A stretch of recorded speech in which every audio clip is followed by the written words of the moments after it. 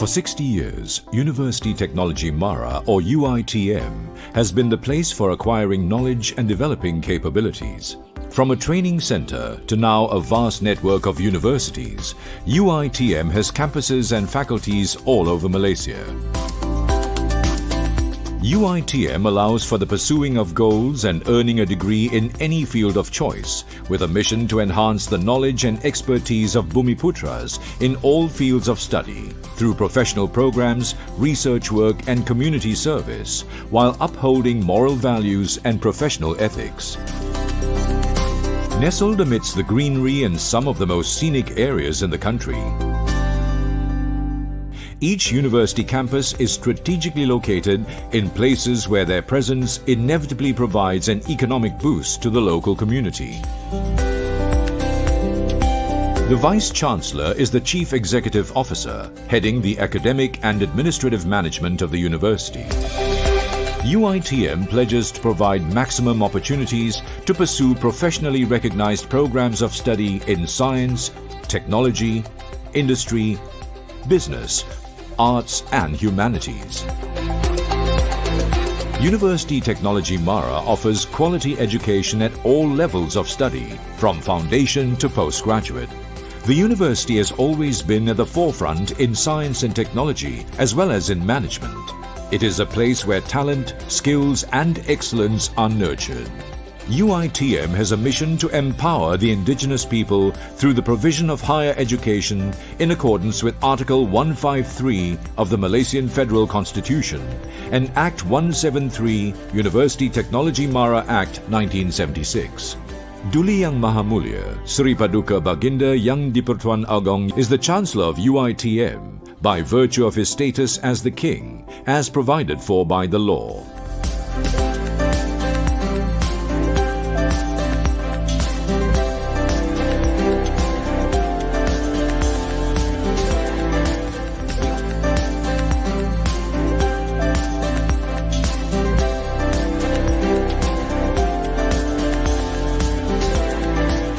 UiTM has established 8 centers of excellence and 1 high COE to enhance the scholastic, creative and innovative capabilities of the university, as well as to facilitate and manage research and development. To complete the teaching and learning activities at UiTM, the university has made available modern and contemporary facilities such as the UiTM Stadium, the house of UiTM FC. With a capacity of 6,000, the stadium is the heart of soccer and it has played host to an international match in 2009. UiTM also has an Olympic-sized swimming pool for the use of students and staff. The pool is also open to public on certain days. Built in 1972, Perpustakaan Tun Abdul Razak, or the PITA Library, has grown by leaps and bounds, housing thousands of international titles for all programs of study. Students' participation in extracurricular activities is highly encouraged and supported by the university. These activities would not only equip students with soft skills, but also train them to be balanced and holistic individuals to meet global requirements. As the largest public university in Malaysia, University Technology Mara has produced thousands of alumni who are successful individuals in their disciplines. They are award winners, innovators, entrepreneurs, and leaders in both the government and private sectors. UiTM honors its alumni by engaging them to establish smart partnerships resulting in strategic alliances. The alumni also gives back in areas such as academic improvements, charity work, and fundraising. University Technology Mara, Usaha Takwa Mulia.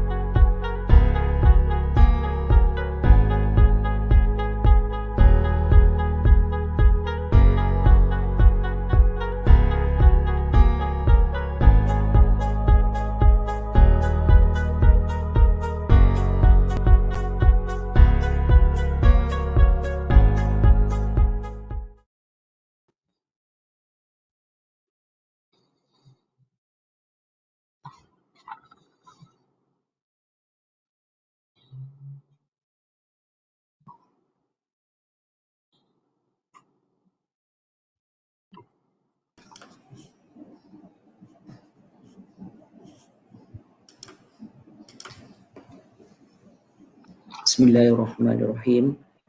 Assalamualaikum and very good morning to everyone. Welcome back to 2021 IEEE International Conference in Power Engineering Application, ICPE 2021. Ladies and gentlemen, today we are grateful and honored to have with us today IR Dr. Muhammad Fazil Muhammad Siam from Tenaga Nasional Berhad as our second distinguished keynote speaker. The title of his presentation today is Towards Digital Utility, Challenges and Opportunity. In brief, Dr. Fadil will share with us some of the initiatives undertaken by TNB to address the pandemic impact and how TNB digital inspiration contribute a big role to accelerate the reimagining TNB journey and beyond. This topic is very important from the perspective of industry player as well as researchers due to the major development in advanced technologies such as smart grid, IoT, smart meters, big data, distributed generation, and many more. Before I invite Dr. Fazil to deliver his speech, allow me to provide a brief introduction of Dr. Fazil. Dr. Fadil graduated with a first-class degree from University of Southampton in the field of electrical engineering. He obtained his PhD in 1998 from Heriot-Watt University, Edinburgh, and MBA from UiTM Melbourne Business School in 2018. He has been working with TNB, undertaking various technical and leadership tasks. He was previously the Managing Director of TNB Research and currently the Head Corporate Strategy and Sustainability Strategy and Regulator Division in TNB.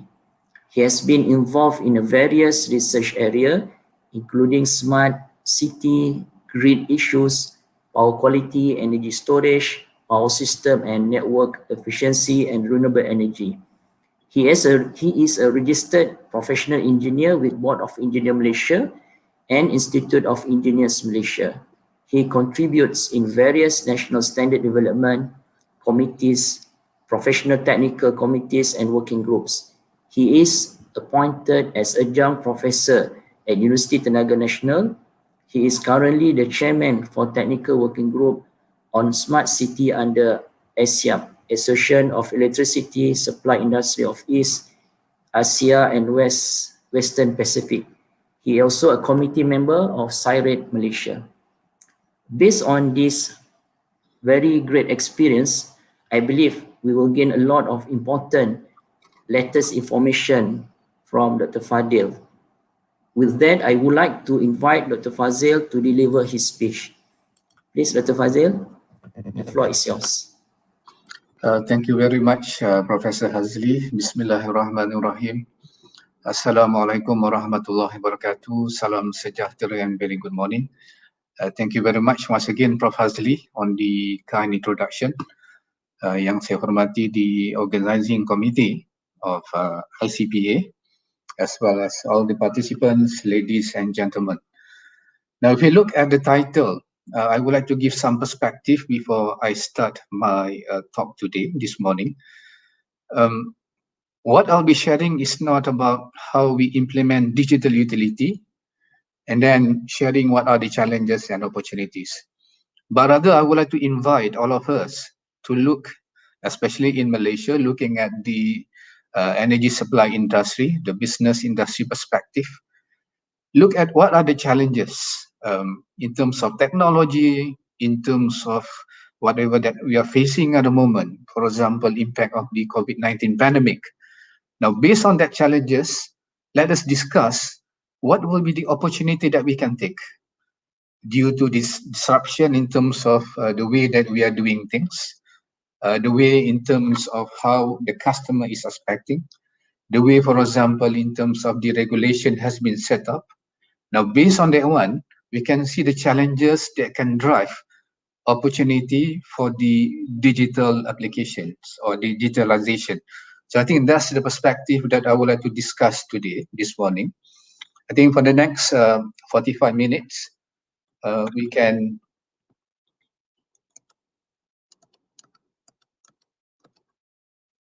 Okay, let me just check because you can see my next slide here. Okay, so in the next 45 minutes, I'll be touching in terms of the overview of Tenaga Nasional, because by understanding the perspective within the Malaysia context, then we can see that what are the challenges and opportunity in driving digitalization.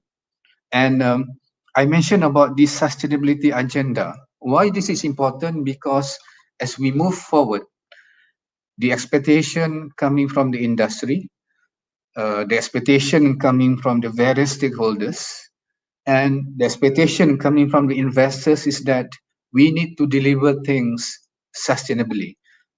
And within the context of energy supply industry, the three key things that are being asked from time to time is in terms of the ESG perspective on the environment, the social, and the governments. And from there, I'll touch in terms of how can actually we see the challenges that we are facing, and then once again, the opportunity that we can drive in terms of digitalization.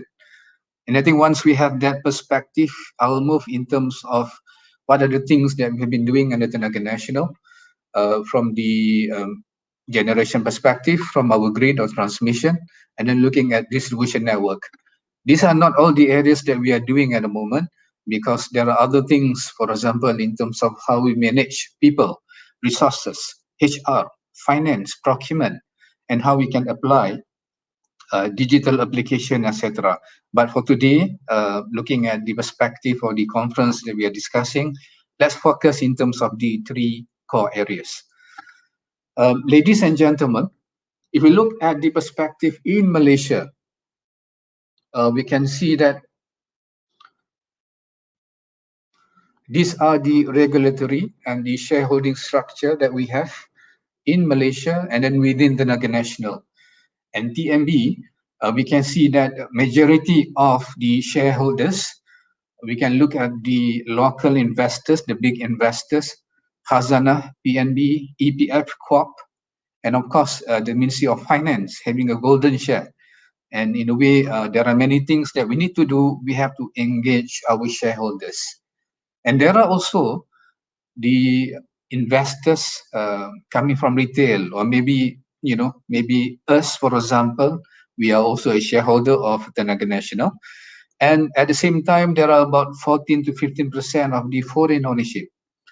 And these are, for example, the investors that have been asking and pushing, not just TMB, but for other industry as well, to deliver things, to ensure that our industry, we can deliver the customer needs, but it must be done in a sustainable manner. And looking at the policy maker at the moment, yes, it is under CAPSA. And at the same time, remember that the business that we have at the moment, it is a regulated business. And we have Energy Commission that will, the intention is to promote competition, at the same time to protect the interests of consumers. And that's why there are many things that maybe a company, a utility want to do, but we need to engage all the stakeholders. We need to engage in terms of our regulator, and to ensure that the interests of the nation, the interests of the customers are well protected. And of course, we have market participants at the moment. In terms of the generation business, we have TMB as well as other IPPs. Looking at in terms of the business position, this data is November, but I think as of yesterday, we are ranked number 4 in terms of KLCI, because it's keep on changing depending on the shares for the day, for example. At the same time, is that from the utility company perspective, we are the main prime driver for Malaysia. And I think that's why you might have heard the tagline of Tenaga Nasional, previously Penggerak Kemajuan Negara, and then now is Better Brighter, because we want to ensure we can brighten the lives of the people of the nation by delivering sustainably and then by applying innovative solutions.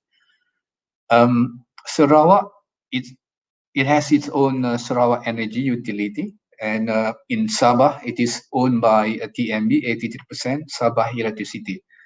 Now, these are the perspective so that we can understand. There are few key stakeholders that we have to engage before we do things. Perhaps TMB has a noble intention, for example, to apply digital applications, but we must ensure to protect the needs of the customer, whether it is residential, commercial, industrial, etc.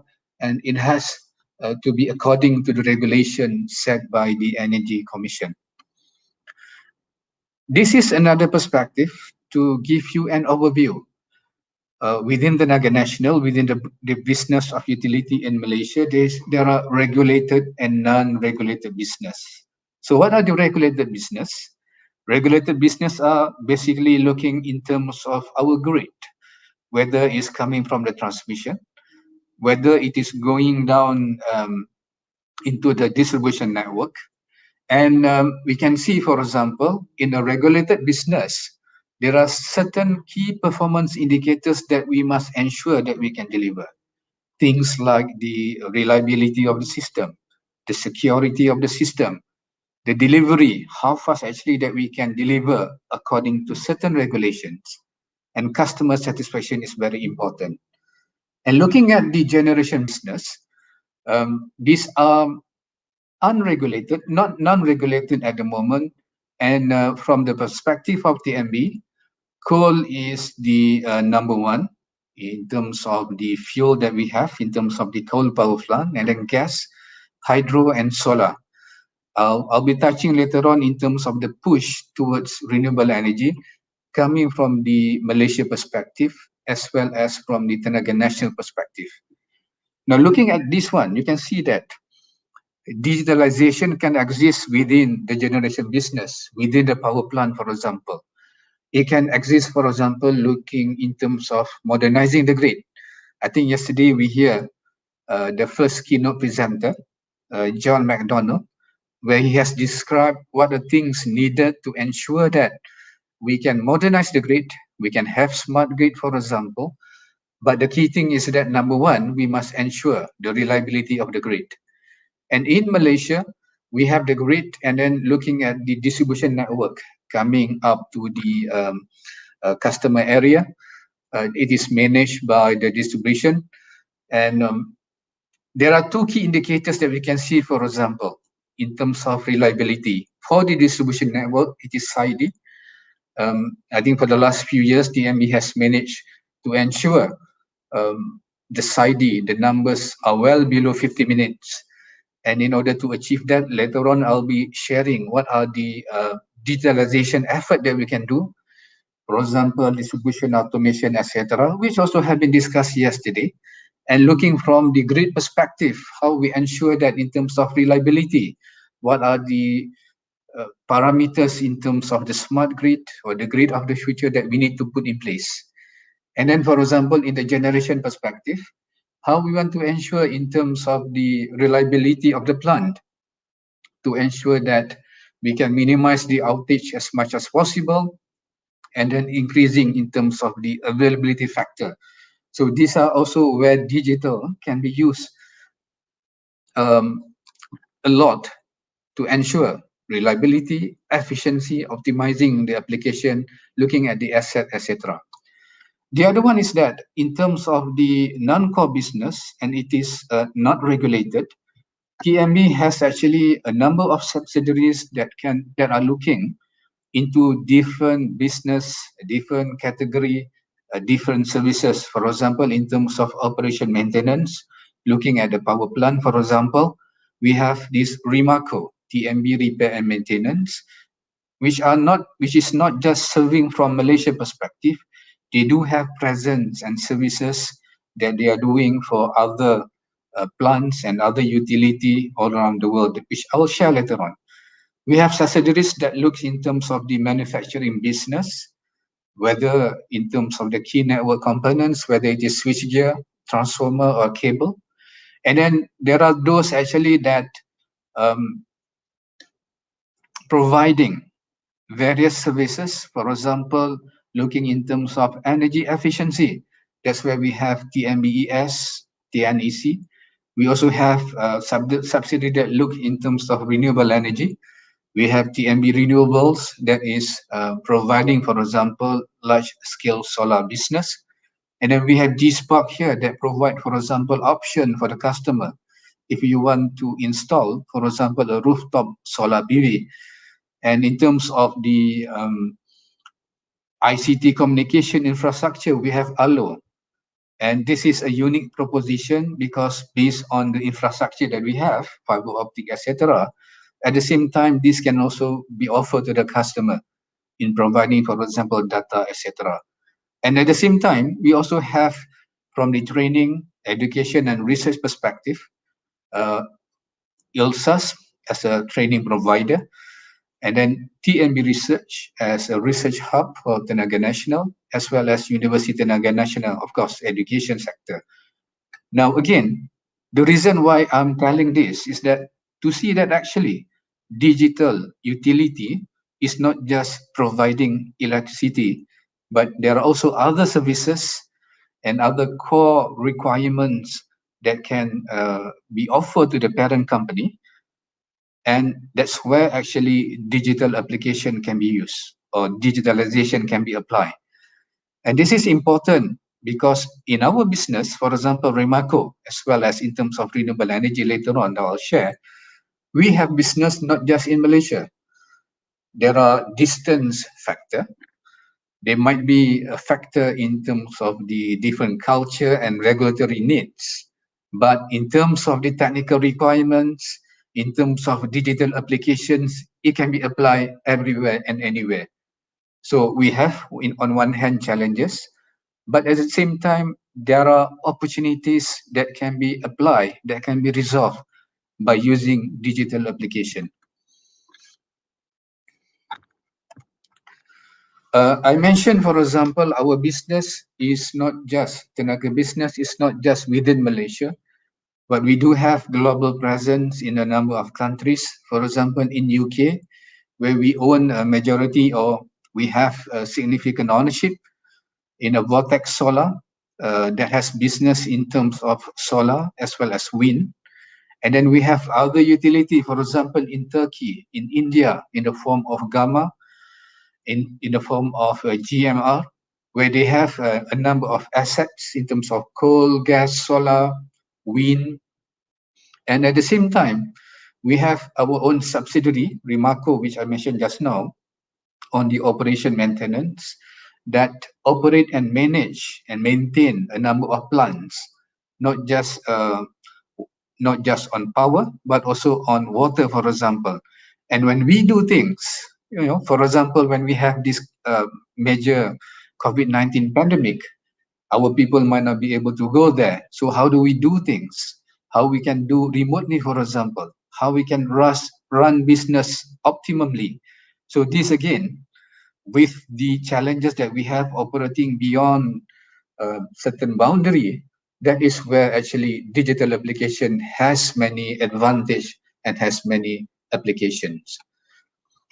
Now, based on that scenario, in terms of looking at the background of the Tenaga Nasional, looking in terms of the background that we have in Malaysia, regulatory structure, TMB has set a strategy. Just imagine that this is a house, our house, Tenaga Nasional. We have the aspiration to be a leading provider and not just any energy solutions. What we are seeing is that sustainable energy solutions in Malaysia, but at the same time, based on our competency in terms of our capability, we can also offer the same thing internationally. So those are our aspiration, and these are actually our pillars. And our pillars will later on relate into in terms of the digital application. Our pillars is to ensure in order to achieve our aspiration, we need to look in terms of our generation sources. What we are seeing here is in terms of the future generation sources, which ensure that we have to ensure that the plant can be operated efficiently, not just the plant, not just the plant, but in terms of the asset that we have, in terms of the services that we can offer. And at the same time, towards sustainable energy solutions is how we can ensure that increase in terms of renewables, whether it is in Malaysia or perhaps in international strategic markets. And that's why for 2021, our focus here is, of course, to improve the performance and delivery and efficiency, and looking in terms of how best that we can offer excellence in terms of operationalization. And we will look in terms of how we can do RE expansion. And in this sector, again, digital can play a big role. Now, we can have generation, we can have the customer that we want, that wants the services as well as the electricity, but without the grid, without ensuring that the grid that we have is reliable, can be operated uh, efficiently, as well as to enhance the productivity. That's where the topic that we discussed yesterday in terms of modernizing the grid and looking from the perspective of grid of the future is very important. And that's where here under grid, we can actually leverage innovation in the network to transform customer experience. Customer experience nowadays are also very important. I think all of us as a customer, we do have our expectations. It is not just a product that we want. We want to be ensured that we can have that customer satisfaction. And if you remember, one of the indicators, for example, in distribution network is the customer satisfaction. It is being monitored and measured by our regulator. So in terms of grid of the future, we want to ensure that expansion of the asset, RAB is under the regulated asset-based expansion, to optimally utilize the capex as per approved under the regulatory period, because this is actually a regulatory business. And we want to ensure that we can supply efficiently. We want to reduce our system losses, whether it is technical as well as non-technical. So we want to reduce system losses. That's where the grid of the future is. And then our third pillar, as I mentioned just now, is that we want to win the customer, so that you and me as customer, we are happy. We can enhance, TME can enhance our customer experience by providing new solutions, looking at innovations. Perhaps there are certain disruption that's needed to be offered. And of course, we want to ensure that digital presence via digital solutions, interaction, and enterprise. I think you can look at that easy example for the last 1 year, right? In terms of the food business, how, for example, we rely in terms of whether it's Grab, Food Panda, online order, etc. So that's where digital presence, initially previously in banking, and then basically is everywhere. So people expect that digital presence and solution for the customer can be offered by any companies. So in 2021 focus is that we want to ensure to enhance customer service and then optimize, utilize as much as possible whatever digital application and platform to have to ensure seamless interaction. And of course, as I mentioned just now, all of these we must ensure that the regulator is also happy. So we must ensure a future-proof regulation, so that we can work together, whether with the policymaker, whether with the Energy Commission, whether with the customers, NGOs, various parties, for example, to ensure that we can provide the solutions, whether it is energy or other services, in a stable and sustainable manner. And I think for 2021, this is also being packaged together as part of the RP3 submission. RP is actually a regulatory period. So there will be a next regulatory period, which are being submitted at the moment and being discussed together with the regulator. And one of the key things here is to ensure that not just we provide, but we can shape in terms of the sustainability agenda going forward. Now, all of these pillars, we have to deliver, but we must ensure that in terms of what are the enablers required, whether it is in terms of the funding, capital allocation. Of course, when you allocate certain money, we want to see value creation. And in order to deliver things, we must ensure that the structure at whether organization as well as corporate is there to enable us to provide agile business, for example. And then in terms of our people, the culture of doing things, the capabilities, the performance management that's being tracked so that we can win the customer. And another one is the topic of our discussion today is digital and data analytics are the enabler to ensure that we can deliver according to the pillars that we have identified and to meet in terms of the aspiration that we have set.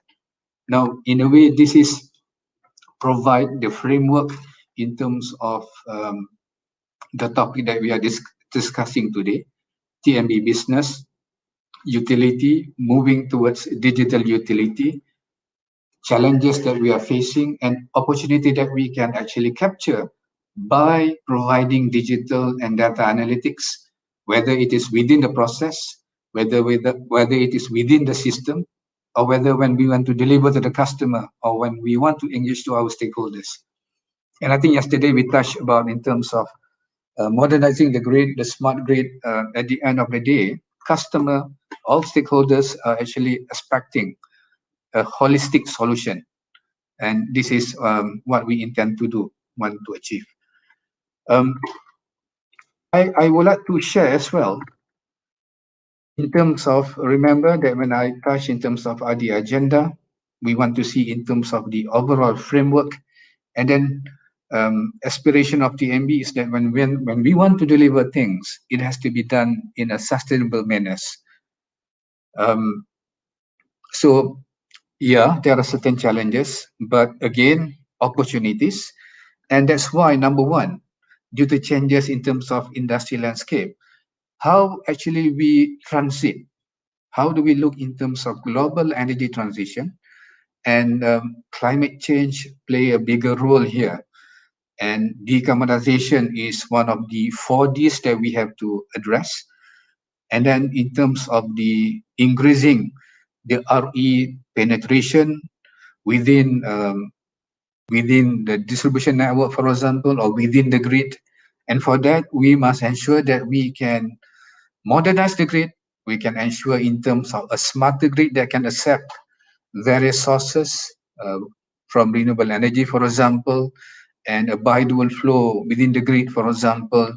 And in doing so, later on, I'll touch what are the digital applications that we can apply, we can use. And along the way, I think for the past few years, going forward, we have seen not just within the energy industry perspective, in other perspective as well, the emergence of disruptive technologies. So always people will ask you, are you going to disrupt the business, or are we just letting the technology to disrupt us? So we must ensure that we can actually be ahead of the changes or disruption that we are facing, so that we can reach economic viability. At the same time, the core thing is that meeting the customer expectations.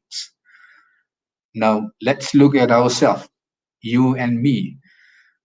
We are a customer. We expect products to be delivered, not just, getting the products, but the way how things are being packaged, things are being delivered. And of course, customer expectation also would derive in terms of, would push in terms of how economic a certain solutions product can be delivered. And we must to ensure that the sustainable manner, looking at the entire value chain solution. And in terms of sustainability perspective, it is not just Tenaga Nasional, but we can see that from national commitments. We have heard many years the COP21 commitments to reduce the GHG emission by 45% compared to 2005. And looking in terms of the TMB business, Malaysia actually has put a target as announced by the minister, to have 31% RE capacity by 2025. Later, I will share as well what will be the target that TMB is putting in terms of addressing RE target, as well as in terms of reducing GHG commitments.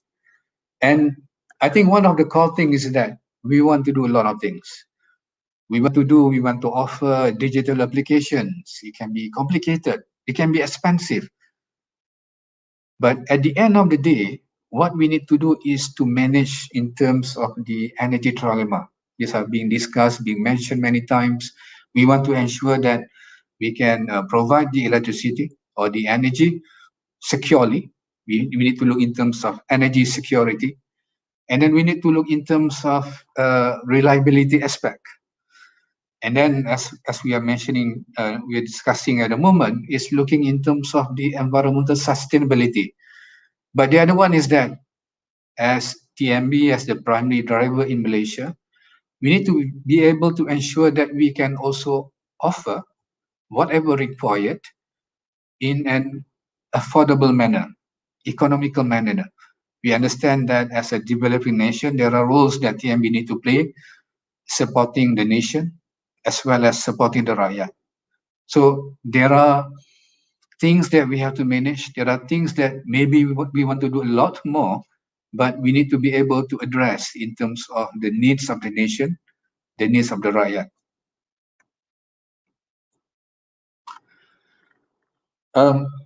Sustainability and RE is all interrelated because we want to reduce GHG emission target.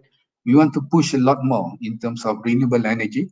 And for Tenaga Nasional, we have set a target that as of December 2020, approximately in terms of the total RE that we have is 3,400 megawatt. And the target is to increase by 2025 to 32% of the MB capacity, up to 8,300 megawatt. And this is a combination of the solar, including hydro, and also including not just domestic, but as well as overseas expansion. Looking at the progress at the moment, in terms of hydro, we are discussing finalizing terms for the new hydro plant in Nanggiri. And at the same time, we see the potential from the solar rooftop. We have G-Spark here that can offer the solution as a customer. If you want to install solar rooftop, you can also approach a G-Spark. And these are being done through the net energy metering package. The government has announced the latest package, and the NEM 3.0, end of last year or early this year. And in terms of the large-scale solar, we have TMB renewables that pushing in terms of LSS, and doing so, this is also at the same time we need to look in terms of how best digital can be applied from the technical manner in terms of operating, in terms of the business process, etc. Let me just share a bit in terms of our international expansion. At the moment in UK, we are also expanding what we have in UK in terms of solar and wind. And at the same time, within this region, in the last few days, you might have noticed that TMB has announced partnership with another company to explore RE business in Singapore and Vietnam. Because we see within that area, especially in Vietnam, there are a lot more expansion, there are a lot more opportunity that TMB can play as well. And looking at the revenue perspective, we have announced or make this pledge in the sense of revenue coming from coal generation, it will not exceed 25%. And in fact, TMB has announced that JEMA East Power, which was commissioned in late 2019, will be the last new coal plant. So going forward, there will be no new coal plant. We will provide the energy in a sustainable manner, and the intention is to reduce the GHG intensity going forward one by one. So again, here, digital can play a big role. Remember yesterday, the various steps that we discussed. Well, when we look in terms of modernizing the grid, first you need to have the data. It can be done in an analog manner. Then you have to integrate based on digital to have overview. And then the information can be used based on analytics to efficiently and optimally operate your plant.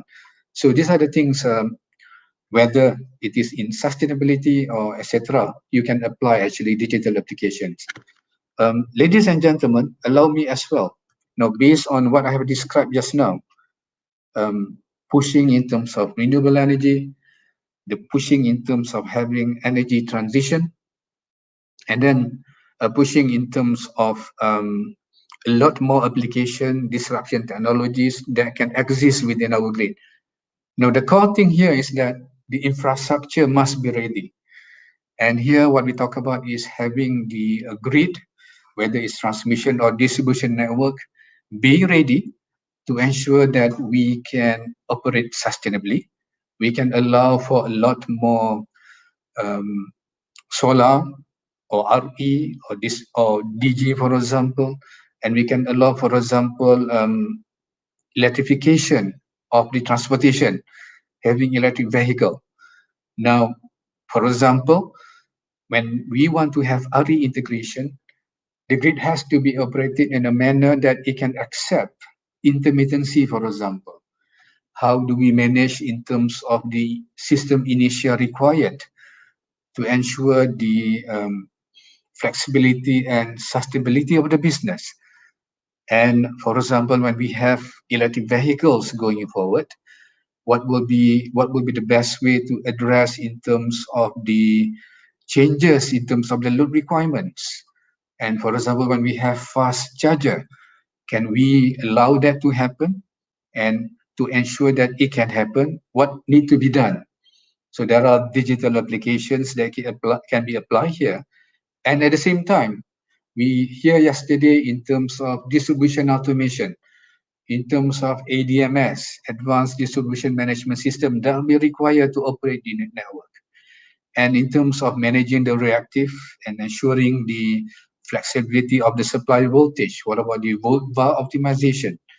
And in terms of addressing customer needs, can we use, for example, smart meters or advanced metering infrastructure to address the customer needs and to ensure that things can be operated in an efficient manner, because customer cannot control what they cannot see. At the moment, we will wait, end of the month, getting the bill, and we'll pay as whatever that we have used. Now, with smart meter, for example, there will be options that customer can monitor their daily consumption. And with that, with the a lot more information being obtained, we can also link with various offer that we can use to the customer, for example, in terms of time of use, but that will be future. And that's where, for example, moving towards energy efficiency and sustainability, pushing towards green energy program, not just to reduce, but actually the key thing is to ensure that we can use energy efficiently. And how we can deliver that, and pushing towards in terms of the LED relamping, whether within the business, within the building, or whether, for example, looking at the street lighting, how we can apply LED relamping. Now, at each category, this is where actually the needs for us to change the way we do things. The introduction of disruptive technologies, the introduction of digital applications so that we can ensure we can deliver what is required, not just addressing in terms of the customer needs, in terms of the needs of the business, as well as the system, reliability, efficiency, etc. But that should push forward in terms of the sustainability of the business from the financial aspect. And we can see here these are the comparison in terms of the capex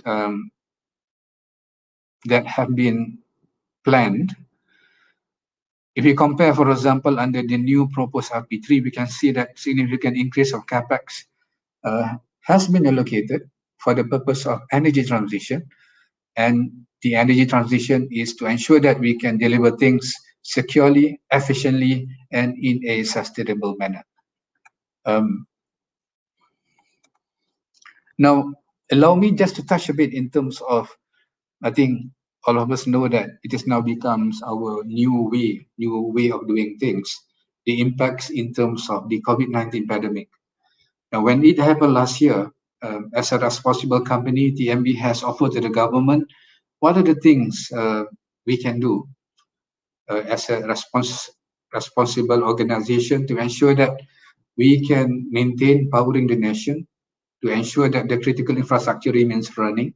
But at the same time, we must ensure that we play our role as a responsible entity to ensure that we can support our stakeholders from the government, from the people, from stakeholders, from our own staff, and pushing in terms of economic recovery. So generally speaking, we can look in terms of our TME response to COVID-19. Number one is, of course, employees. Without them, we cannot deliver what we are supposed to deliver. The new way of doing things, whether it is working from home, the processes that we have at the moment, how do we can change, for example, to minimize contact, etc., but still deliver our business, safeguarding our employees in providing whatever necessary equipment, apparatus, processes to ensure that we are protected from the COVID-19 pandemic. The other one is looking from the support of the customers and communities. I think for the last 1 year, a number of initiatives has been announced by the government, a reduction in terms of bill for the needy, and then certain discounts being given by those who are affected by the pandemic, whether they are from the residential customers, from the industry, etc. At the same time, is that TMB is looking in terms of how we can stimulate our business and also to support in terms of the recovery and the economy. As part of our proposal to the government and what we have offered, actually, we have introduced the 6 game changers in the sense that these are the things that we can push the nation towards economic recovery. Quickly, let me just verbally mention what they are. When we look in terms of how we do things, we know that going forward, the disruption in terms of the business, in terms of the way that we do things, we will require different skill set for certain area of our business. And within ULSAS, actually, together with the government, we have proposed, or in fact have actually launched a reskilling Malaysia, so that ULSAS, for example, together with UiTM, can provide training to the staff, not just our staff, but actually to the external party, individuals, through TMB reskilling program, so that they can actually support the new needs coming from the country, looking at the new things, the digital way of doing things, for example. These are provided at the ULSAS. And then we look in terms of the advancing connectivity, in terms of the digital needs. And this way, for example, based on whatever asset that we have, the ICT asset that we have, we can also offer actually the same thing. For example, under the Jendela program, which is a Pelan Jalinan Digital Negara, and recently the announcement in terms of 5G, and also previously ongoing in terms of the National Fiberization and Connectivity Plan. These are something actually that TMB also, through our subsidiary ELO, can provide, can support some of the things. The other one is in terms of the electrifying the mobility business. We have proposed what are the steps needed, and these are actually something ongoing. I think for a number of years under the National Automotive Policy. Last time we heard that the push towards having electric vehicles, and I think from research perspective, a number of things are being done, and then incentive trials have been done, for example, looking at the charger, etc. But we can push a lot more in terms of the electric vehicle business going forward. The other one is in terms of energy efficiency. The same thing, the same energy required can be used for many things, and we can use that efficiently. There are better ways to manage it, and then how actually TMB can work with industry to push in terms of energy efficiency. And of course, one of the key things is in terms of the grid of the future, the investment that's being planned going forward. There's a lot to ensure that we can upgrade, modernize our grid, we can expand the business, but at the same time, we want to ensure that the impact in terms of GDP to the country in the form of number of jobs to be increased, in terms of the benefit that the, for example, SMEs can also gain from the investment. And at the same time, we can push in terms of skilling, we can push in terms of having the grid of the future that we would require. So these are some of the things what we have done addressing COVID-19 pandemic, and it is also related in terms of how we do things digitally. Now, with that in mind, let us now go back in terms of the aspiration of the TMB, and then the strategy that we have, and how digital and analytics can be present to address the challenges and opportunity in terms of how we do things. Remember that I mentioned in terms of the 4 pillars that we have to achieve our aspiration from the generation perspective, the grid of the future, winning the customer in terms of the customer expectation and customer experience, and working with the stakeholders. And we have the enablers, and with that we are pushing in terms of how we can uplift not just BAU, not just business as usual, but we want to increase further in terms of what we can deliver domestically in Malaysia. And then at the same time, based on our capability and strength, we can also grow internationally. And then we can look in terms of new business, not just from the regulator perspective. What about other things required by the customer beyond the meter, for example? And then across the pillars, what are the steps needed to ensure that we can move towards decarbonizing the energy being supplied? And that's where digital and analytics can be applied, and it can cover quite a number of things, not just on technical, but as well as in terms of the general way of us doing things. The first one is, I mentioned earlier, in terms of the safety and sustainability, from the perspective of the employees, a perspective in terms of the society, and then environment. Remember ESG, environment, social, and governance. And then in terms of how digital and data analytics can be used to push towards business growth. And business growth, not just from the perspective of Tenaga Nasional, but it's to drive value to the stakeholders and Malaysia. And this is very important as a responsible organization.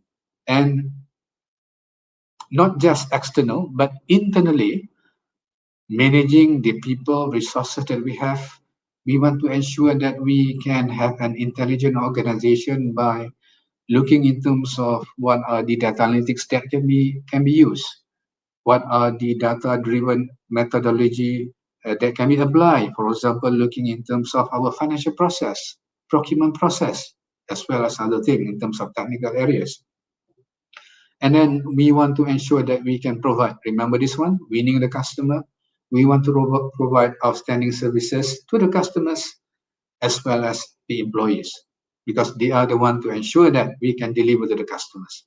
And overall, it is the core thing is for the operational excellence. This is very important. So this is where actually looking at the whole perspective of digitalization, it can power many possibilities, addressing the challenges that we have, curating more opportunities, and in the perspective of the TMB, it is the reimagining TMB that we are put forward in terms of our aspiration.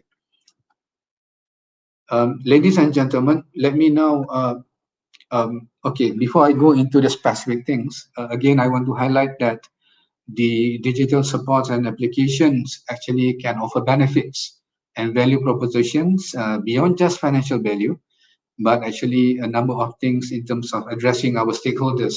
Number one, the benefits from the customer perspective in terms of the improving the quality and frequency, perhaps by looking in terms of the digital engagement. Currently, based on our data, we have this 36% customer interact with us digitally, whether it is online or whether it's through the MyTMB app that we have. We are pushing a lot more. And then in terms of the employees, how we actually, based on the challenging environment that we have at the moment, how we can ensure that the employees that we have can work seamlessly and safely through the digital applications, and then look in terms of how the culture, the competencies can be elevated, can be enhanced within the new digital roles. And by doing that as well, safety is very important.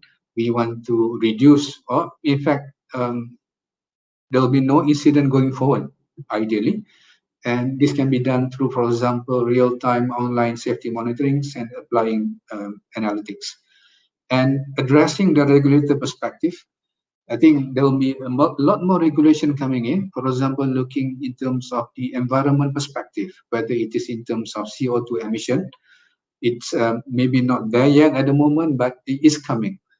And of course, the normal things that we have at the moment in terms of losses, in terms of the reliability, whether in terms of SID, and then finally is overall in terms of digital utility proposition. Regulator will be keep on asking whatever that we want to do, whatever TMB wants to do, what will be the benefits to the rakyat? That's always the key question when we submit a request or submit proposal, etc. Ladies and gentlemen, I think going forward, I'll touch briefly in terms of the digitalization journey from the generation perspective, moving into grid, and later on at distribution network with some examples. Within TMB generation, just imagine that we have our power plant, and of course, prior to 2005, things are being monitored in a normal way, conventional manner, analog at on-site. And then slowly moving forward, we have historian to integrate the data and to have some platform for visualization and monitoring. Remember what we had yesterday, the hierarchy of moving to a smart grid. You have data. Now you move in terms of integrating the data using visualization and monitoring. And then 2013 forwards, the power plants move towards having a centralized remote monitoring. And then it is linked with diagnostic so that the remote analysis can be done initially, looking at the dashboard in terms of the plant performance, and then looking at some of the data. And then moving forward, advanced diagnostic analysis has been done using data analytics approach to detect anomaly in terms of the trending, in terms of detecting any possible things that we can address before actually it can get worse. And then moving forward, there are further optimization in terms of applying the Internet of Things, big data, applying machine learning, for example, to improve the performance of the turbine. And then, for example, for Remarco, based on data that we have, they can offer the services to other company beyond TMB, beyond Malaysia, to other plant as well. Some examples are, number one, looking in terms of the war room digitalization. This is where you have the visualization and monitoring, and then you can move towards remote monitoring diagnostic. And the other one is looking in terms of the machine learning. This is what I mentioned here, to improve in terms of plant efficiency, to improve in terms of the availability rate of the plant, etc. Let's have a quick look in terms of number one, in terms of the war room digitalization. This is where what we have at the moment is looking at the impact in terms of the commercial performance, but at the same time, we need to look in terms of the technical. So these key operation matters are being tracked and monitored. And based on the data that we have, a certain performance dialogue can be arranged, looking in terms of what are the issues, based on the trending, what else actually that we can improve further, looking at the gaps and increasing the performance and efficiency of the system. Previously, it is done, yes, but it's being done manually. So through the war room that they have in power in generation business, to apply digital ways so that decision making is being done based on the data by knowing the real-time plant efficiency, looking at the heat rate variance, and then looking in terms of fuel impact, etc. And in order to have the data in terms of commercial, they do monitor in terms of specific technical matters, whether it is at the turbine, at the boiler, for example, compressor, looking at the whole holistic system performance, etc. So these are the things that generation can do, power plant can do to monitor things remotely, to apply data analytics, and to improve in terms of the performance and efficiency of the power plant. And indirectly as well, we can reduce, for example, the emission coming from the power plant. I mentioned earlier that we need to operate things in a sustainable manner. That's a quick one in terms of the generation. If we look at the grid itself, yeah, these are the grid of the future challenges. I think looking in terms of the whole grid that we have, the transmission grid has been for many years being one of the best in the region, and as well I can say in the world.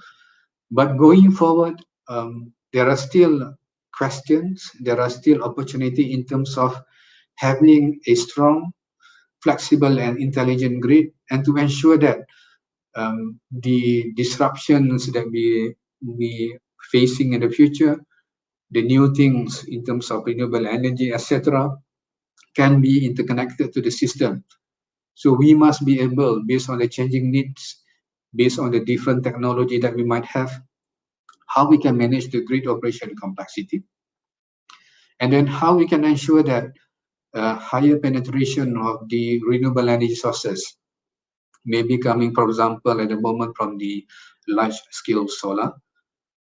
And then looking in terms of a lot more, for example, we never know. In the future, there might be different technology that might come in. So the grid must be strong, flexible, intelligent, so that it can be, we can ensure that it is reliable, and then it still be able to cater in terms of the power flow. We mentioned here bidirectional because we might have the generation sources coming from different area. It might be coming from the distribution network itself. So having a bidirectional power flow is important. And from the grid digital transformation aspiration, they are looking not just from the operational excellence perspective, but we are looking in terms of business innovation, in the sense of, number one, looking at the asset in the form of the equipment, the key components, and also we are looking in terms of asset in terms of our workforce, how we can actually enable an agile, digital empowered workforce. And of course, looking at the grid itself, we mentioned in terms of the complexity that we have to address, how we want to ensure that the grid to be intelligent so that it can efficiently be robust in whatever changes, and then having that self-healing. Later, I'll give some examples how self-healing grid has been applied, not in grid, in transmission, but within distribution. Because I think it's well known that our system, grid system, is pretty much flexible, having that flexibility, having that robust and then self-healing protection be in place, having a wide area monitoring, protection and control. And then looking in terms of asset and management is how we can have, for example, online equipment monitoring and analysis, and looking at the people in terms of how we can increase productivity through effective digital intervention. This is the overall in terms of the digital transformation within the grid or transmission, and they are divided into these four key things. Having an aspiration for the digital transformation, looking at how we can leverage in terms of digital intelligence, and then looking in terms of the harnessing in-house expertise, the people that we have, and then we can transform that into analytics, data intelligence for the purpose of operational excellence. And as I mentioned just now, four key pillars. Number one is looking in terms of asset management, having a reliable equipment, and then we can see from the business perspective in terms of return on capital, and then in terms of the people that we have, how we can increase the productivity, but at the same time to ensure the safety of the people.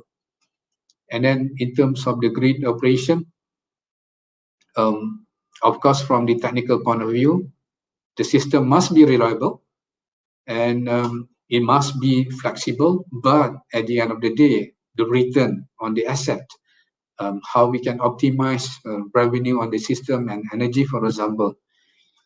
And the other thing is that we have been operating for many years. There are a lot of data that we have captured. Data can be in the form in terms of the equipment data, in terms of system data, in terms of the customer data.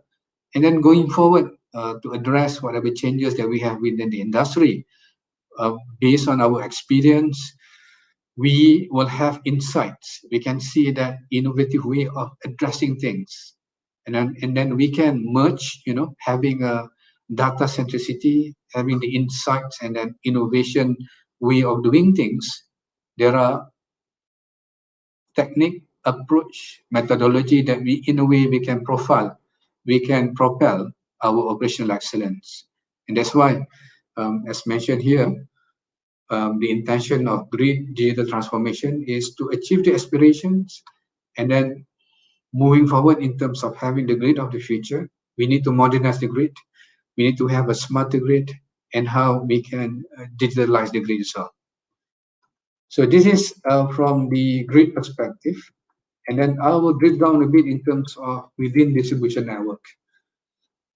The grid that I mentioned just now is the transmission from the looking at the asset between 132 up to 500 kV, but distribution is going forward, moving from the below up to right to the pencawang electric. So we'll have the PPU, for example, pencawang pembagian utama. That will be our asset in terms of the transformer, the switchgear. And then we will look in terms of distribution network, what will be the way of how we can operate the grid or the network. And then how we can ensure in terms of managing the customer and experience. And then within our people, how best that we can improve, optimize the way we do things. And also the other one is in terms of managing the energy. So ladies and gentlemen, distribution network actually has developed since last year, or maybe started 2 years back, having a smart utility framework so that the distribution network can address the 4 deregulation. Looking in terms of the deregulation perspective, having a decentralization and then decarbonization, as well as having digitalization. And then looking at the roles of distribution network, we, in this case, is actually distribution network. They operate the networks from designing, planning, building, maintaining, and operating the networks. And within the distribution system, it is also dynamic in nature.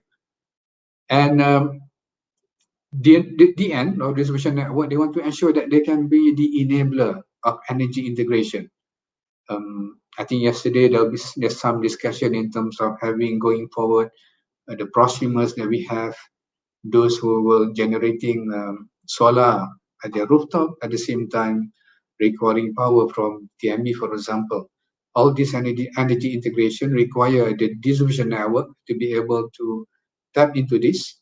And then at the same time also, in the future, due to the deregulation that we'll be having, there might be a multi-retailer. It's not just TMB, but there might be other retailers that can tap into the business, providing electricity up to your doorsteps. So these are the function of distribution networks. And these are the area that DN is looking.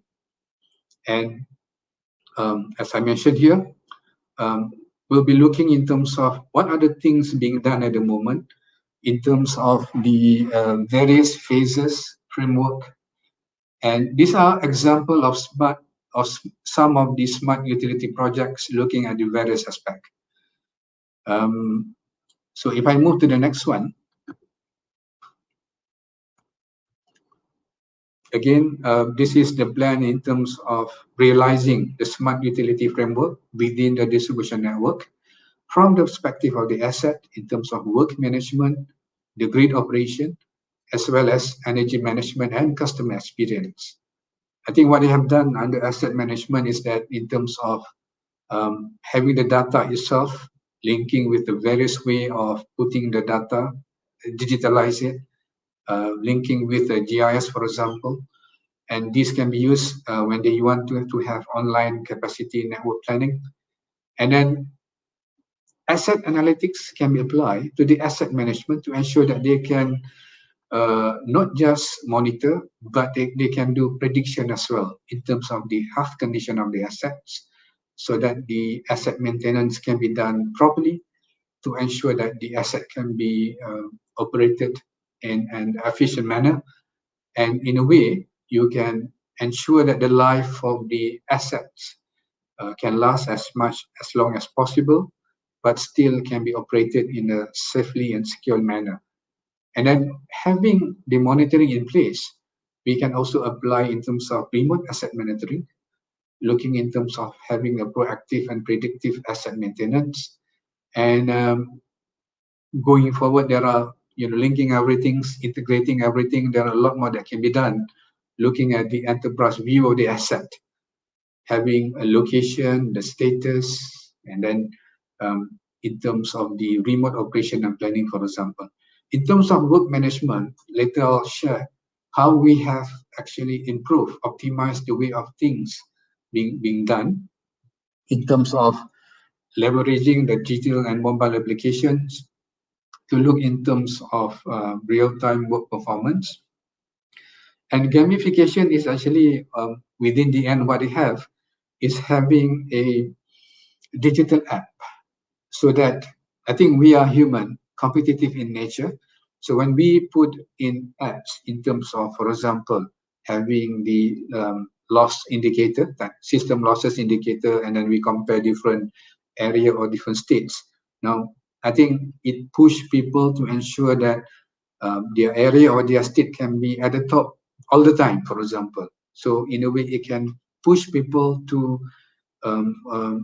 drive forward in terms of work performance, to improve a number of things by just applying gamification.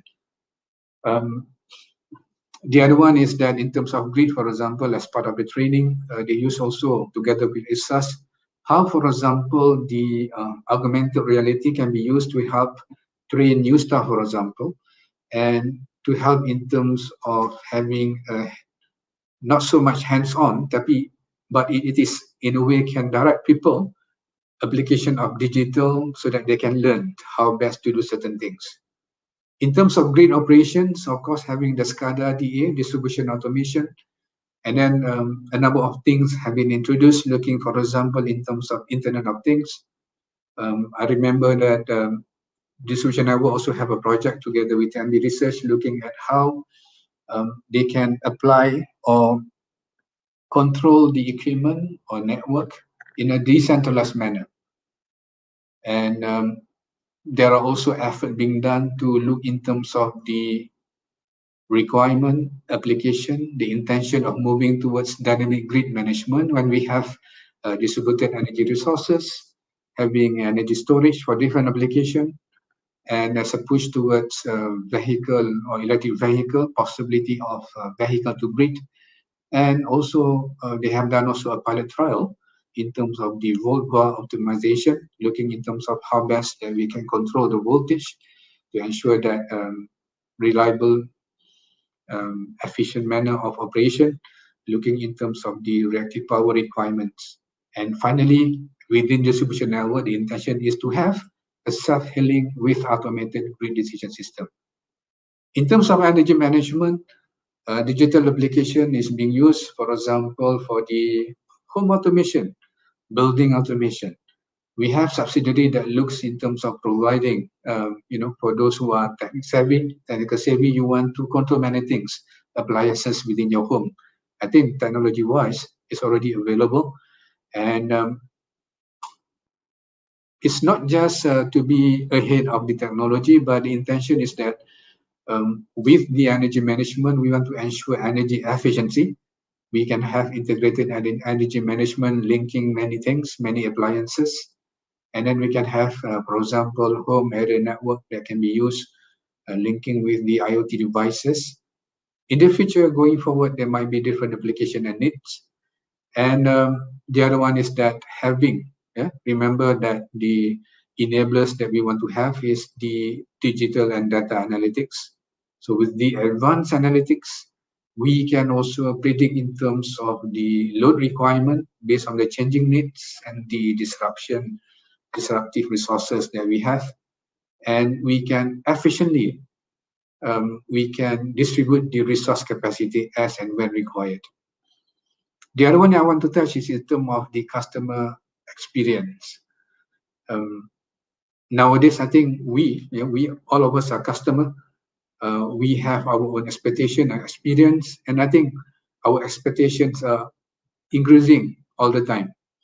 So distribution network, they must ensure that based on the customer requirements, what are the additional services that might be required. There, for example, looking at the smart meters and having apps, how customer can actually monitor their consumption level, and having an automated management, not just within, for example, a certain large area, but within residential area as well. And going forward, having to have a plug and play customer needs, having a prosumer being connected into the system, how we can ensure that this can be addressed. At the moment, this is not addressed yet, but it is something in the future. So these are the challenges and opportunity at the same time, because these are, for example, can be offered not just by TMB, but other party might can offer the services beyond the meter directly to the customers. And I think TMB see these challenges and at the same time opportunity. Ladies and gentlemen, these are in terms of the overall perspective of digital application. Let's see a few cases. For example, in terms of the smart meters, advanced metering infrastructure. It started off way back, I think, 4 years ago, as a pilot trial in Malacca and Putrajaya for 1,000 customers. But going forward, we are moving in terms of the customer in Malacca. At the moment, it's already been completed. And now I think the installation started off in KL, Selangor, as well as in Penang and Johor moving forward. These are actually in terms of the benefits that we can derive based on the smart meter that's being installed or having the advanced metering infrastructure. But these are being done in stages. So immediately we might not be able to see some of the things here. And then distribution automation play a big role in terms of how actually we can improve in terms of supply restoration, for example. For example, in this case, in a conventional manner, it might take maybe 2 or 3 hours to do things, and then we have to do manual switching. But through the distribution automation project, we can switch that. We can have restoration very quick, and then for certain area, the remote operation can be done from the regional control center. And at the same time, the control center can also monitor in terms of the needs coming from, or perhaps the supply coming from the distributed energy resources. And these are some examples just to show that how through distribution automation, it has speed up restoration for quite a number of things. Pencawang masuk utama, so this is the bigger power station, fully restore in 2 minutes, for example.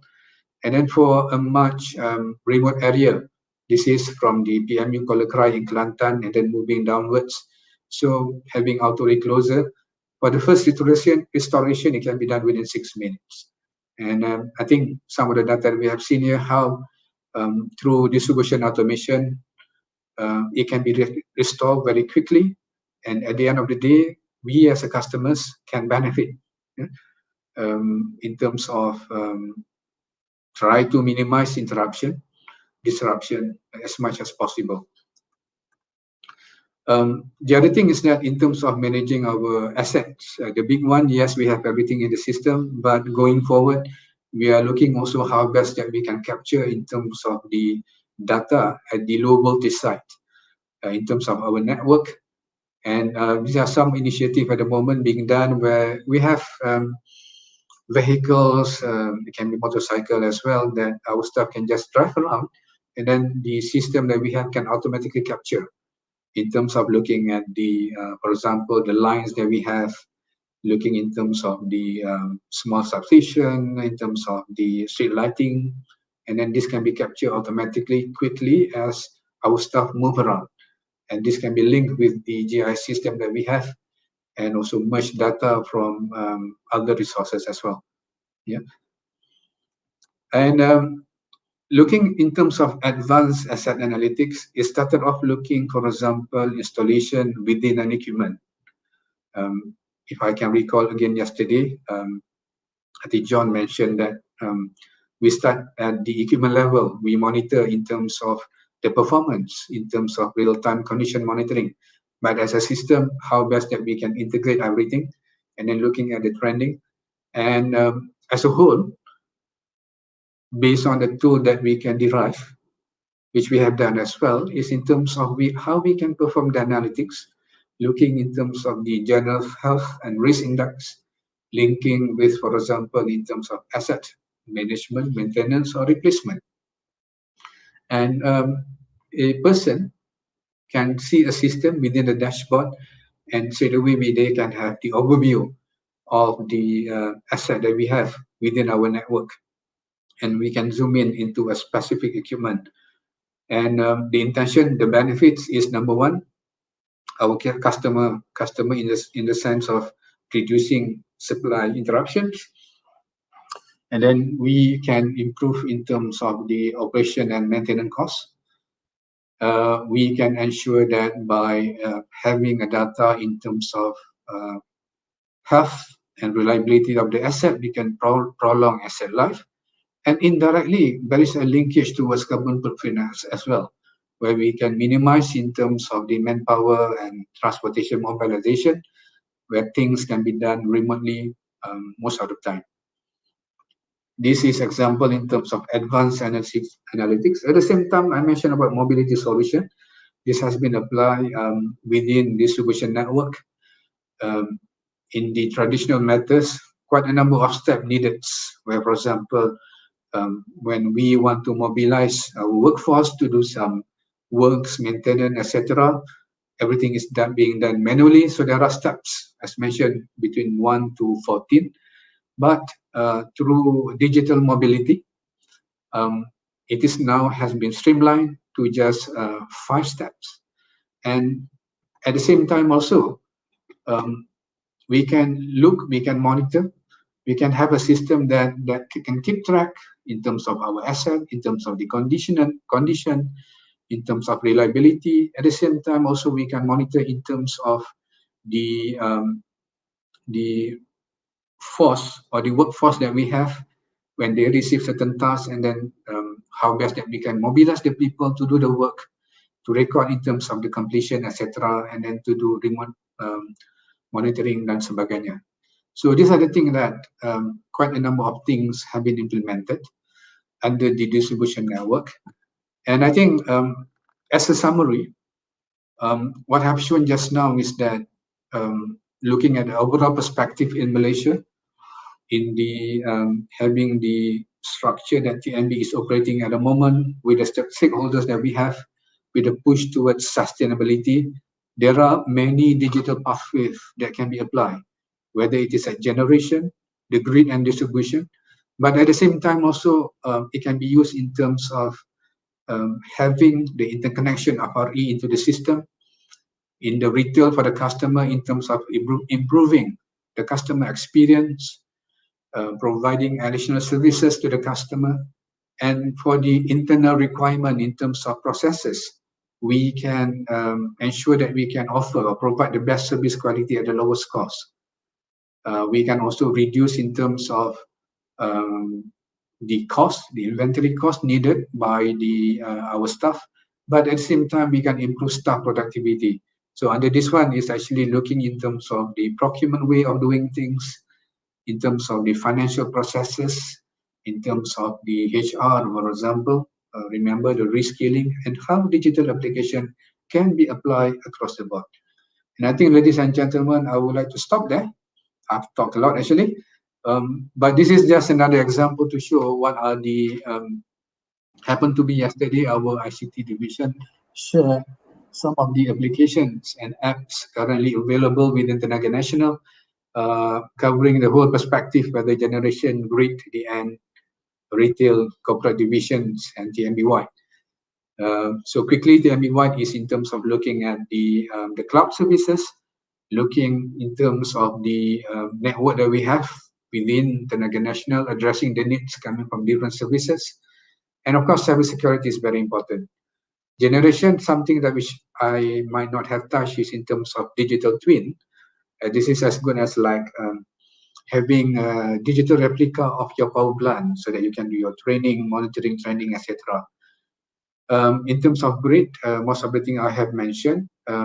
Yeah, in addition, we have also the having UAV to do the asset maintenance, unmanned aerial solutions.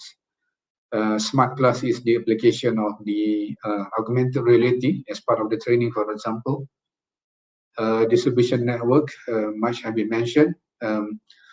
Digital application can also be used in terms of to ensure not just on the technical matters, but in terms of the delivery by our contractor, for example. This is within retail in terms of the customer relationship management, in terms of how we address the various stakeholders. There are certain analytics that can be applied as well. And these are the rest within the needs of the company, whether it's a procurement, whether it is in terms of the fleet, the vehicle that we have, in terms of the business processes that we have. And I think that's about it, ladies and gentlemen. So Prof. Hazli, I think that's all I think I would like to share this morning. So I would like to pass back to you. And thank you very much. Okay, all right. Okay, thank you very much, Dr. Fazil, for informative presentation, and I believe that there are a lot of significant improvement in terms of TMB operation. Okay, so maybe we'll open for Q&A session now. Maybe while waiting for the Q&A, maybe I can ask few questions. Yeah.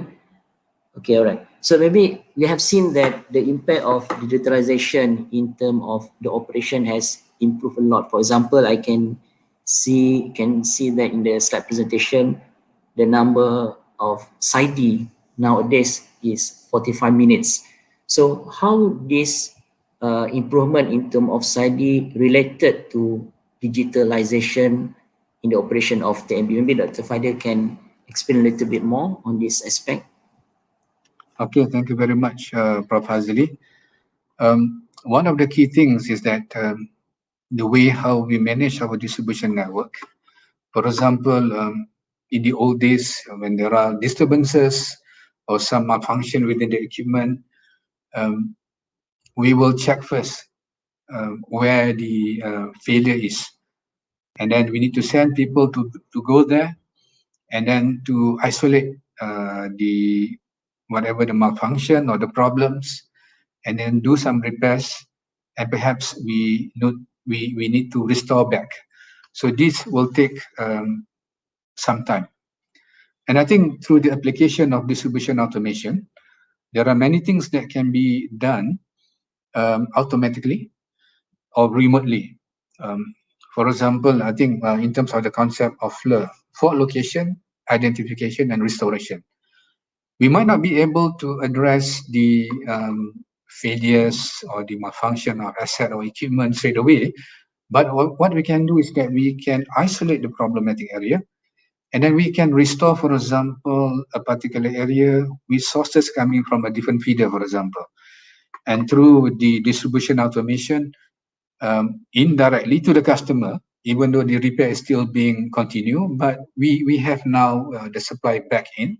And because of that reason, the SIDE at the moment, the restoration can be done very fast within few minutes, and then that in a way can reduce the SIDE. And I think at the moment, TMB is quite proud to say that we have been maintaining the SIDE to below 50 minutes. And if we can, we like to reduce that further. But if we need to do that, that will require additional resources, and it might cost in terms of the delivery of the supply itself. So I think we have to manage in terms of the cost benefit, the technical requirement, as well as to deliver things in economic manner. So those are how distribution automation, for example, can improve reliability of the system.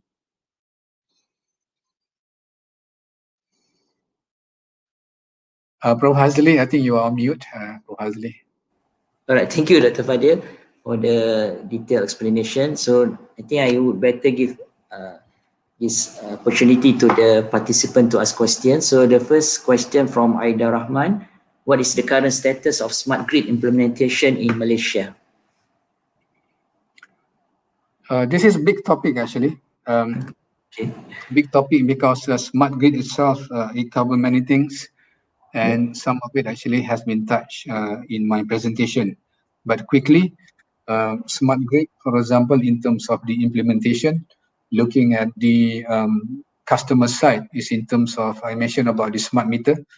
The intention is for smart meter or advanced metering infrastructure, it will be rolled out to almost the entire customers within Malaysia, but it is being done in stages.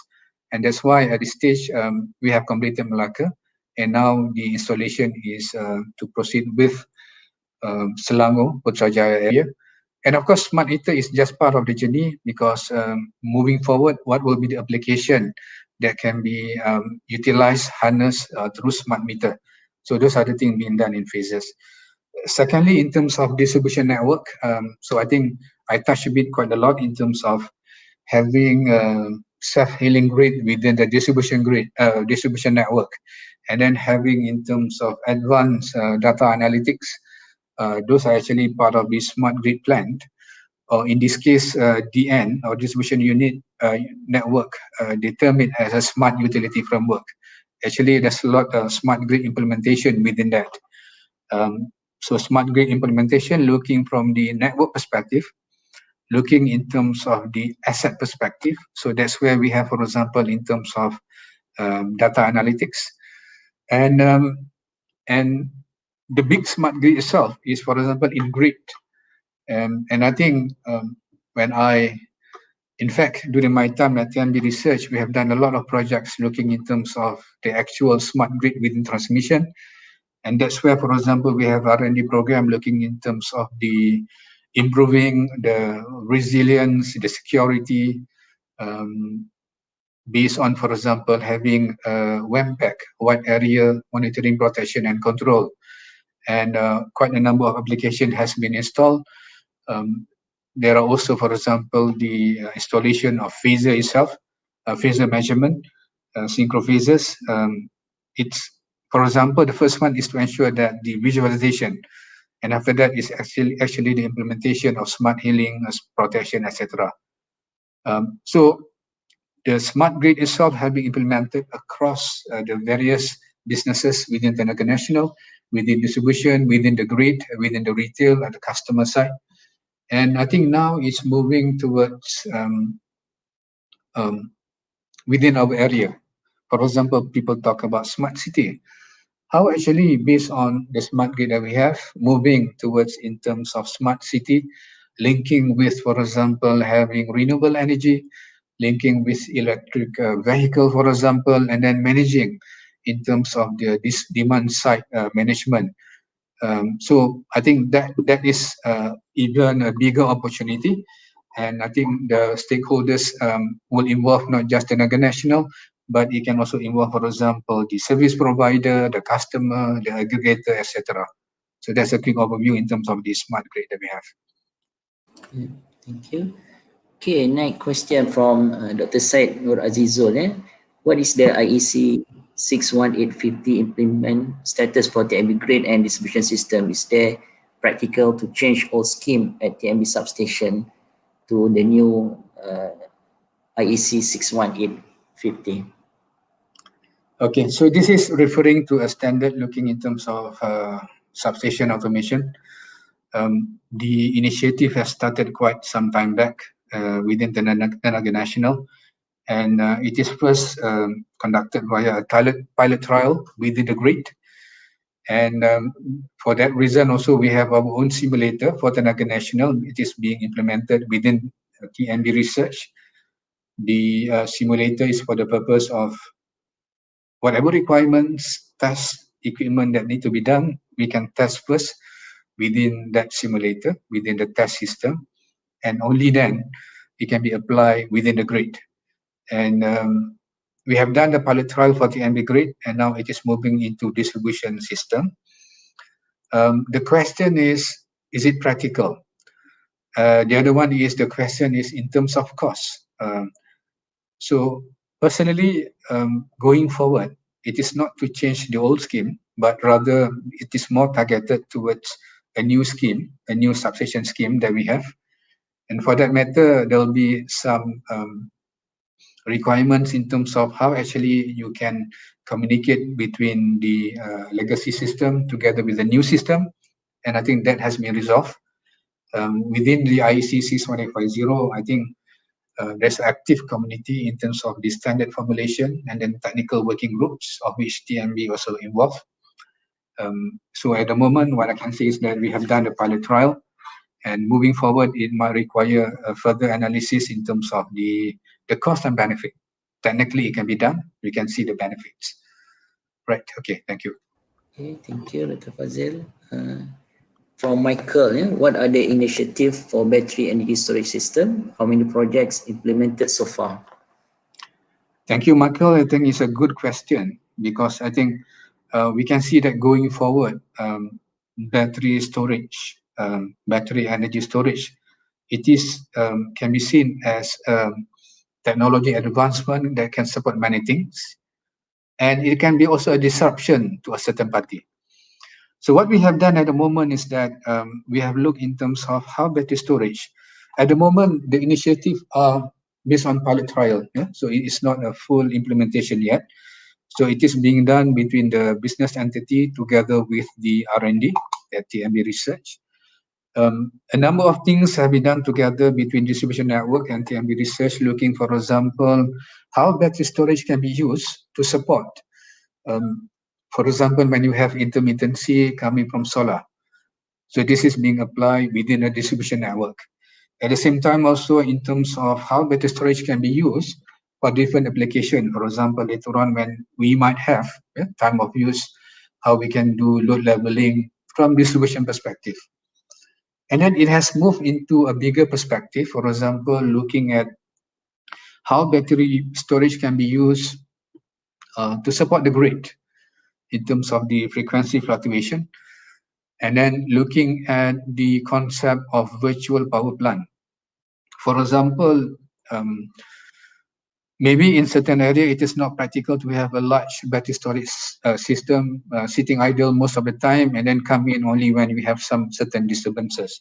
So one of the ways is, for example, you have battery storage installed within a customer premises or within a larger network to do quite a number of things, different application. But when there is a need, we can apply virtual power plant concept that this battery storage can be called in quickly to support the network. So what we have at the moment is a pilot trial and implementation. And in terms of VPP, there is a bigger project is in progress at the moment, undertaken by the TMB Research together with a consortium coming from the industry. So I think number one, there's a great potential coming from battery storage, potential in terms of providing support and services. There'll be disruption as well in terms of how we can do things. And I think there is a potential not just within Tenaga Nasional, but there are other people who can provide the services if required. So that's briefly in terms of the battery storage application. Okay, from Giazaliha, what is your comment related to incident cable catch fire on Penang Bridge recently? Thank you. Okay, thank you. I think I would like to thank you for the question. But since the incident is now being undertaken and then some steps are being addressed to check in terms of the causes, etc. So maybe let's not discuss about it now. Yeah. Okay, right. Since our topic is right. Okay. Thank you. Okay, Faris Raza, do you have a use case and could you explain where machine learning is used to optimize plant grid operation? Okay, that is a test case actually. But of course, what I'll be sharing is just in terms of the general approach in terms of machine learning. I know that for researcher, you might want to know, the details in terms of machine learnings. That we can have discussion maybe offline. But application of machine learning is being used, for example, to look at the power plant operation. In fact, they have done study and implementation where machine learning is used to one modeling in terms of the system, the operation of the boiler and turbine, and then looking at the what are the things needed that they can operate the plants efficiently. So I think coming back to your question, it is a good question, and yes, the answer is yes. But if we want to discuss a bit more, I think I'll suggest that we do offline after this. Thank you, Prof. Azli. Okay. Sikigan, how the current future grid infrastructure is prepared for extreme weather conditions such as the recent severe flooding events at the east coast of Peninsula Malaysia. So this related to power system resilience, I guess. Dr. Fadil? Okay. Yeah, thank you, Prof. Azli. Thank you, Sikigan. Good question. And I think this is also a popular question, knowing the situation, what happened to Texas, right, recently. Please don't ask me what Texas. No, so let's stick to Peninsula Malaysia. There are two things. Number one, in terms of the business risk itself. For Tenaga Nasional, we have, as part of the plan, risk management linking at the business continuity. And I think things like flood, etc., are part of the risk that we have. And for that matter, there are approaches in terms of what are the steps, what are the risk indicators that we have to address, whether it is due to flood or it is due to other disaster, etc. So as part of the business continuity management, it is already put in place. Now, the second question is in terms of the power system itself. There are actually ways and means to ensure that the system protection are put in place. And in a short manner, I would like to answer that yes, there are different scenarios that have been tested, different scenarios that have been put in place. If, for example, certain thing happens, what will be the network will look like? What will be the requirement in terms of the generation sources, which might come from different area, for example, what will happen if the incidents happen in central area, the southern, etc. So those are being done and being tested and being analyzed. And at the same time, also at TMB Research, they have a real-time system simulator that can run quite a number of incidences. So in short, in summary, the questions or the concerns that you have raised just now, it is being addressed by TMB, looking from the business process as well as looking from the technical matters. And of course, I think this is also one interesting topic. So I think, we might have one day seminar talking about the system resiliency. And I think Prof. Hazli can also be one of the speakers. Thank you, Dr. Fazil. All right, I think there is no more question from the audience, but I think I will ask you one last question before we end our session today. From your presentation, it was stated that the target for renewable energy until 2025 is 32%, 32% for the renewable energy as the capacity for TMB. So the question, does this high number of penetration of renewable energy will cause a harm, especially on the stability of the whole grid? How TMB will get ready for this challenge? Yeah, I think it's a good question. I think over the past few years, TMB has also been looking in terms of the penetration of RE and whether our system can be ready for that. And I think for that matter, for a number of years, for example, the grid system operator has also checked in terms of the requirement, and together with our colleagues in the grid, they are looking in terms of how best, for example, if we have high penetration of solar, how do we ensure the in terms of the intermittency. And for that reason also, the large-scale solar system that we have at the moment, I think it's a requirement to ensure that certain technical requirement have been put in place. There is concern, Prof. Hazli, coming back to your question, there is concern. Initially, I think the top of the day is to have 30% roughly, some penetration. But I think with the technology that we have, and then combine going forward in terms of battery storage, for example, I think this can be addressed. So I think this is where the role of, for example, in terms of the operators, in terms of the researcher as well, because I think it doesn't mean that the questions ends there, but there are also other things that we can do. For example, solar itself, we might have intermittency, but how best, for example, that we can do prediction? For example, depending on the cloud movement, depending on the weather of the day or the time of the hour, how best actually that we can manage the fluctuation. And then this indirectly will ensure or will enable the system to accept a much higher RE penetration. So it's a general answer to the questions. It's something that we have to address, and I believe that the options or the solution technically, it can be done or it can be addressed. Thank you. Thank you. So thank you very much, Dr. Fadil, for the presentation, the discussion. I believe that the audience have got a lot of information and we learned a lot from your presentation today, and hopefully that later on, if anyone have further question, later you can maybe email Dr. Fadil. He will respond for the question. All right, so before we end our session today, the organization committee would like to deliver the memento, but unfortunately it is a virtual memento, so we will email the memento later to you.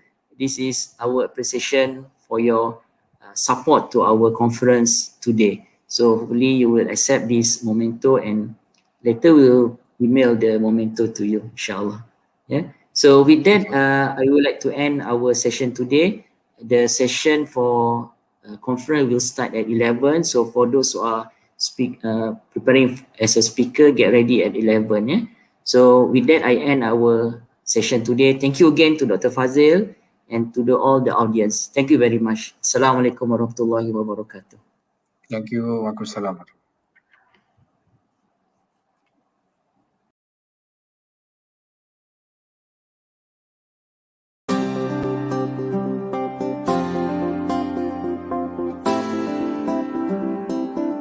For 60 years, University Technology Mara, or UiTM, has been the place for acquiring knowledge and developing capabilities.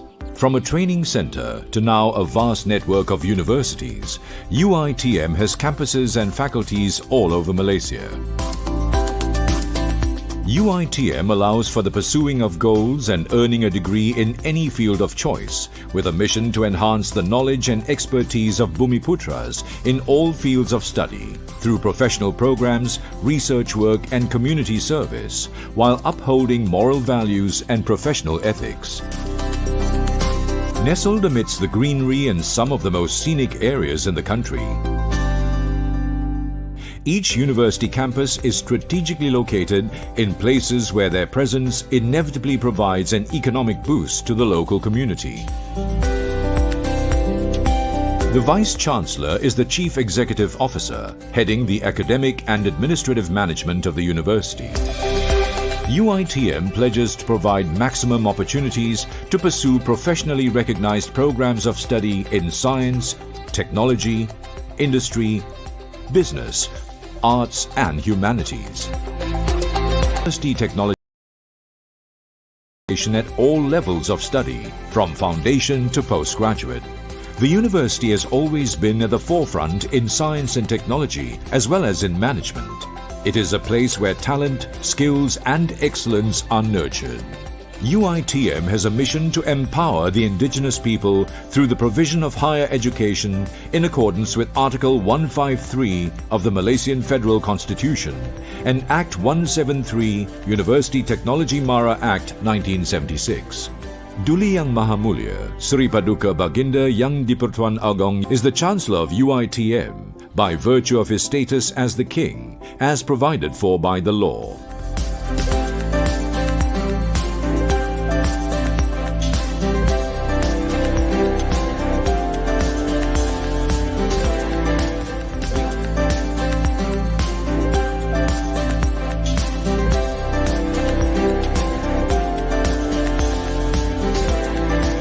UiTM has established 8 Centers of Excellence and 1 COE to enhance the scholastic, creative and innovative capabilities of the university, as well as to facilitate and manage research and development.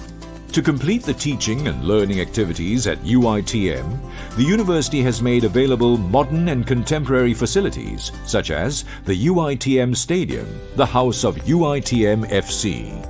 With a capacity of 6,000, the stadium is the heart of soccer and it has played host to an international match in 2009.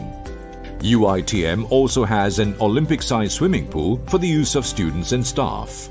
The pool is also open to public on certain days. Built in 1972, Perpustakaan Tun Abdul Razak, or the Pita Library, has grown by leaps and bounds, housing thousands of international titles for all programs of study. Students' participation in extracurricular activities is highly encouraged and supported by the university.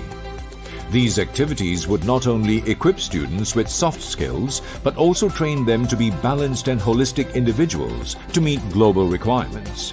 As the largest public university in Malaysia, University Technology Mara has produced thousands of alumni who are successful individuals in their disciplines. They are award winners, innovators, entrepreneurs, and leaders in both the government and private sectors. UiTM honors its alumni by engaging them to establish smart partnerships resulting in strategic alliances. The alumni also gives back in areas such as academic improvements, charity work, and fundraising. University Technology Mara, Usaha Takwa Mulia.